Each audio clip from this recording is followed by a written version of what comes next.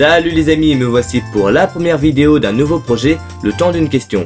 Donc le principe est simple, je réponds, j'argumente sur une question qui m'est passée par la tête, alors n'hésitez pas à donner votre avis si vous êtes d'accord ou non, mais avec un minimum d'arguments quand même, ou bien me poser une question comme par exemple, que penses-tu de la fin de Naruto, que penses-tu de tel jeu ou tel film, ou de l'actualité ou autre, pour que je puisse y répondre lors d'une prochaine vidéo. Donc voilà, alors la question du jour c'est, pourquoi j'ai acheté une Wii U? Alors oui, j'ai enfin acheté une Wii U et pas par exemple une PS4 ou Xbox One.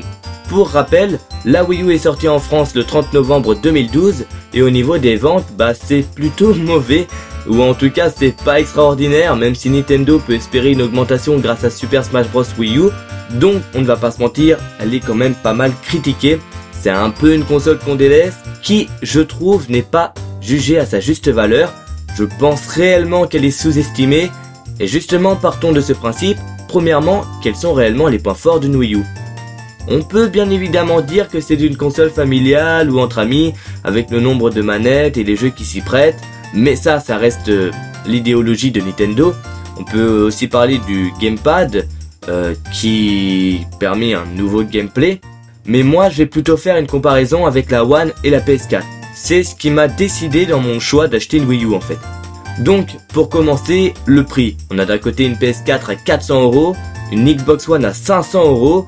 Les prix commencent à changer, mais la Wii U est à 300 €, voire 275 € neuf. Et moi, je l'ai acheté aux alentours de 200 € avec 3 jeux en occasion. Donc, ça change au niveau du portefeuille. Ensuite, pour ma part, déjà, contrairement à la PS4 et la Xbox One, le ligne est gratuit. Alors pour les joueurs Xbox, ça doit pas être un énorme argument. Mais pour ceux qui, comme moi, avaient le PSN gratuit sur PS3 et maintenant payant sur PS4, c'est un point important. Et n'allez pas me dire que c'est pour payer les serveurs. Si c'était gratuit sur PS3, je vois pas pourquoi ce serait payant sur PS4. Il n'y a aucun critère qui fait que ça devrait être payant. À part, il me semble, peut-être le PSN Plus, je crois, qui est compris avec. Mais le ligne est gratuit sur PC. Alors je vois pas pourquoi ce serait payant sur console, alors qu'on paye déjà un abonnement internet. Donc déjà, moi je ne débourserai pas d'argent pour avoir un accès internet sur une console, parce que j'estime que normalement il n'y a pas besoin. Donc déjà, c'est un premier point. Ensuite, pour moi, il y a les jeux. Pourtant, c'est une critique qui revient très souvent. Il n'y a pas assez de jeux, ni de bons jeux, mais on a une guerre des consoles entre la One et la PS4, et je vous pose la question, pourquoi y a-t-il une si grande rivalité entre ces deux consoles? Bon, déjà ça date de la PS2, mais surtout de la 360 et PS3, et ça vient surtout de leurs jeux. Mis à part quelques exclusivités, elles ont toutes deux les mêmes jeux, et c'est pour ça qu'il y a une sorte de guerre finalement. Après bien évidemment il y a les manettes différentes, l'interface aussi, etc. Mais il y a les mêmes jeux. En plus, je vous le dis, moi là-bas j'étais intéressé par la PS4, parce que je suis un joueur PS3 et que les jeux manga sont plus sur PS3, donc PS4, voilà. Et quand on regarde bien, il y a énormément de jeux FPS, entre guillemets, jeux de guerre ou tuerie en globalité. On a par exemple Battlefield, Call of Duty, Destiny, Killzone, Titanfall, Wolfenstein, un truc du genre. Après, c'est jeux de course ou jeux de foot. Je dis pas que c'est des jeux mauvais. J'ai joué à Call of Duty, à Battlefield, Killzone, ce genre de jeux. Mais moi, je commence à m'en lasser finalement. Alors, ça correspond à la mentalité actuelle, hein.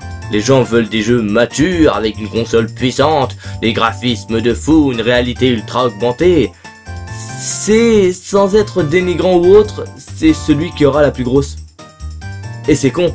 Alors on a d'un côté une One et une PS4 qui ont les mêmes jeux, à part quelques exclusivités, et de l'autre on a une Nintendo et sa Wii U ayant très peu de jeux en commun avec ces deux consoles finalement, mais plus des jeux exclusifs, voire plutôt des licences exclusives. Il y a cette différence quand même. Mais je tiens quand même à préciser qu'étant petit, je jouais à la NES, à la Super NES et surtout à la Nintendo 64. Alors quand je vois des licences telles que Zelda, Mario, Donkey Kong, Super Smash Bros récemment, Project Zero prochainement, même si au départ ça vient de la PlayStation, je ne peux qu'aimer et me rapprocher de cette nostalgie finalement de quand je jouais. Et d'ailleurs j'y joue toujours à la 64. Pourtant on critique le fait que Nintendo réutilise toujours les mêmes licences. Mais avouez que Nintendo sans Mario, sans Zelda, c'est plus Nintendo. C'est des licences qui marchent, qui sont cool, ça reste de très bons jeux, qui ont marqué pas mal d'entre nous. Alors pourquoi changer finalement? Parce que déjà des licences comme F-Zero-X qui ont disparu, les joueurs sont déçus. Parce que F-Zero-X c'est une très bonne licence qu'on regrette finalement. Et il faut aussi savoir qu'il y a une nouvelle génération. Qui ne connaît pas par exemple Mario ou qui n'ont pas eu l'occasion de jouer aux anciens. Et je pense sincèrement qu'à l'heure actuelle, Nintendo traduit cette poésie japonaise qu'on a pu trouver sur nos consoles rétro. On ne juge pas un jeu sur ses graphismes. Bien sûr, les avancées sont importantes et ça impressionne toujours. Mais quand petit, je jouais à Zelda Ocarina of Time, même si ce n'est pas vraiment le bon exemple, je me disais pas « Ah, ils auraient dû faire ça, ils auraient dû améliorer ça, ah, les graphismes ils sont pourris ». Je jouais tout simplement. J'admirais le jeu et au niveau de l'histoire, de OST, c'était magique. C'est ce que j'appelle la poésie japonaise, la poésie de Nintendo. Et pour terminer, je ne dis pas qu'elle est meilleure que la PS4 ou la One, mais qu'il faut pas la sous-estimer et qu'il faut bien sûr différentes consoles, jeux, etc. Bien sûr, elle a des défauts comme toute console, comme le fait que le gamepad ne soit pas assez exploité ou autre, mais pour les joueurs baignant dans la nostalgie, la Wii U est à sa place. Voilà, normalement j'ai terminé, j'espère que ça vous aura plu. N'hésitez pas à débattre en acceptant les critiques, avis de chacun, pour que ce soit constructif. N'hésitez pas à me poser une nouvelle question pour une prochaine vidéo.